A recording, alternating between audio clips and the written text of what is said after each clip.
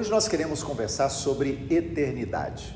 O que é eternidade? Mas para nós entendermos o tema eternidade, nós precisamos pensar sobre o Deus que é eterno. A Bíblia, ela não tem assim a intenção de provar a existência de Deus. Na verdade, tudo que a Bíblia nos fala exige de nós uma atitude, fé. Não aquela atitude de explicou tudo, tem todos os detalhes, então agora eu acredito. É muito questão de fé. Então, a Bíblia ela não tenta provar que Deus existe, ela simplesmente declara a sua existência. A Bíblia não tenta provar eternidade, a Bíblia simplesmente declara a eternidade.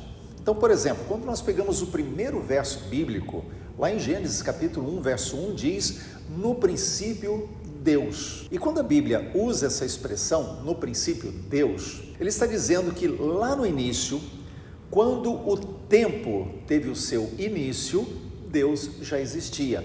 Então, no princípio de tudo, quando inclusive não havia tempo, Deus já existia.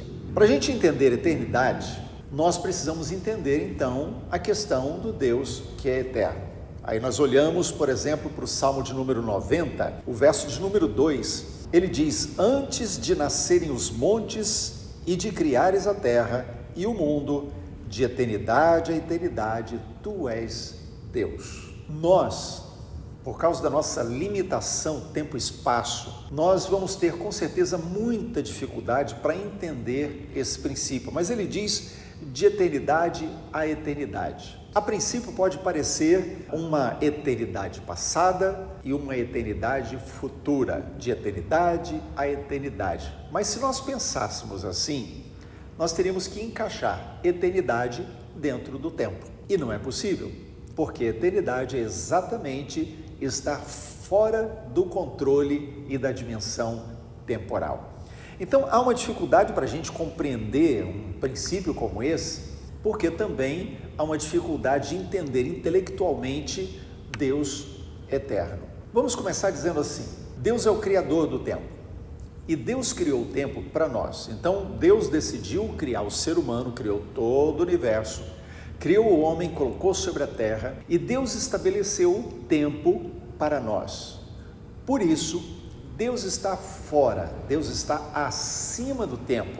Ele domina o tempo e não se sujeita, ele não está submisso ao tempo, ele está fora do tempo. Por isso a expressão de eternidade a eternidade, eternidade passada, eternidade futura, isso é apenas para a gente poder entender, para o conceito de eternidade ficar mais compreensível para a nossa mente. Porque é difícil para nós, que sabemos que tudo tem começo, meio e fim, nós concebemos a ideia de algo que nunca teve começo, que nunca terá fim, porque sempre existiu. Então, quando a Bíblia fala, por exemplo, de vida eterna, ela está falando de uma vida que vai além da questão espaço. Muita gente confunde, não é? Por exemplo, João 3,16, para que todo aquele que nele crê não pereça, mas tenha a vida eterna. É uma vida com um tempo que não terá fim. Eu entendo pelas Escrituras Sagradas que a questão tempo é muito mais dinâmica do que isso, é muito mais complexa do que isso, e é muito mais alto, muito mais acima da nossa compreensão humana, da nossa mente humana. É simplesmente uma vida fora da limitação do tempo. A nossa vida que nós vivemos hoje, essa vida que nós temos, ela, na verdade, podemos dizer que ela é um curto espaço de tempo. Essa vida que nós vivemos é um curto espaço no qual eu e você somos testados para a eternidade. Então agora o que nós estamos vivendo é uma preparação para aquilo que vem depois, para aquilo que acontecerá na eternidade. Então vivemos hoje um teste para a eternidade. E precisamos estar preparados para ela. Se nós olharmos o Salmo de número 39, no verso 6, diz assim: o homem passa como uma sombra, amontoa tesouros e não sabe quem os levará. É mais ou menos como aquela parábola que Jesus conta lá no Evangelho de Lucas, do homem louco, que ele teve uma grande colheita, ele disse: eu vou aumentar os meus celeiros e eu terei condições de viver o resto da vida tranquilo, com bastante riqueza. E o Senhor diz para ele: louco, essa noite te pedirão a tua alma.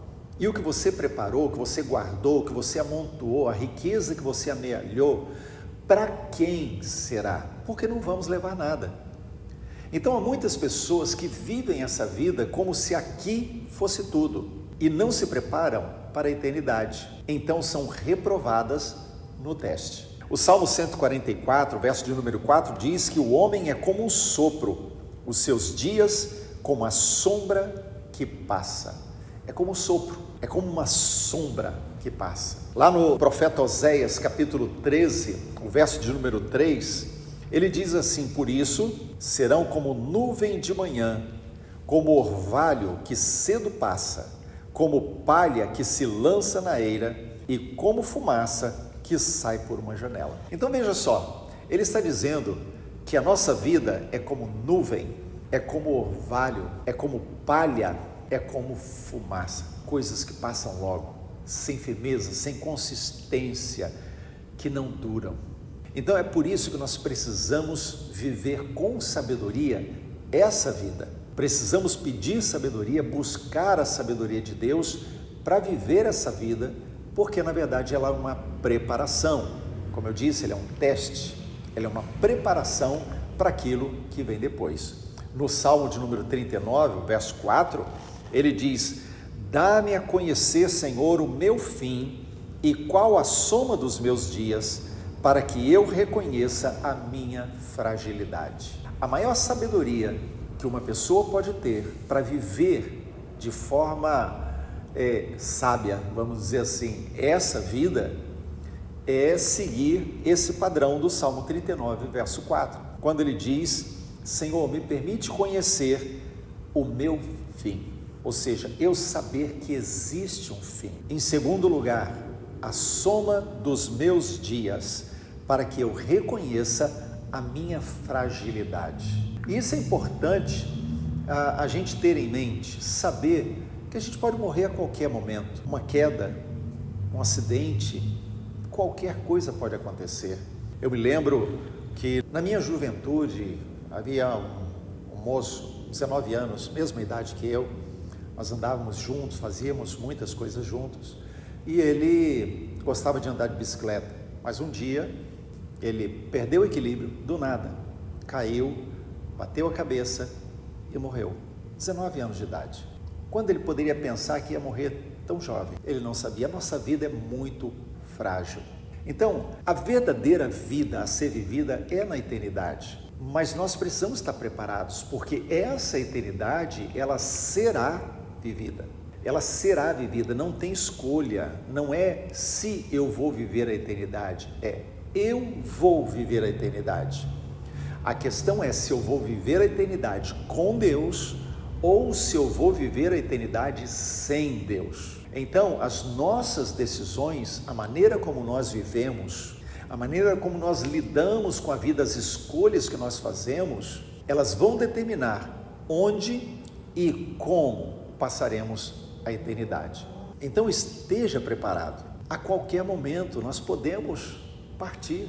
Só que a decisão será de Deus. Ele sabe a contagem dos nossos dias. Então a eternidade não é simplesmente uma vida sem fim. Se nós pensarmos em Deus dessa forma, como algo sem fim, nós temos que encaixar então dentro de uma cronologia, né?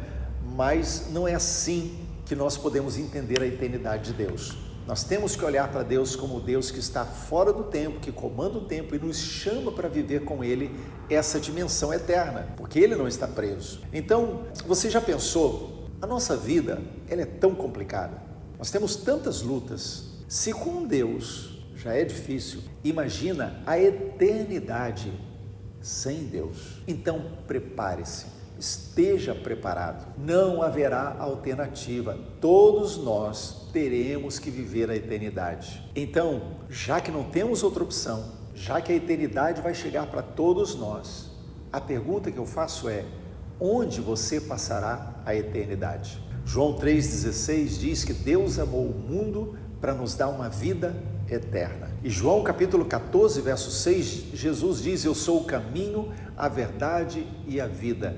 Ninguém vem ao Pai senão por mim. Ou seja, se nós queremos a vida e se queremos o Deus eterno, nós só temos uma opção: Jesus. Ele é a resposta para vivermos a vida eterna, a eternidade com Deus, com o Pai.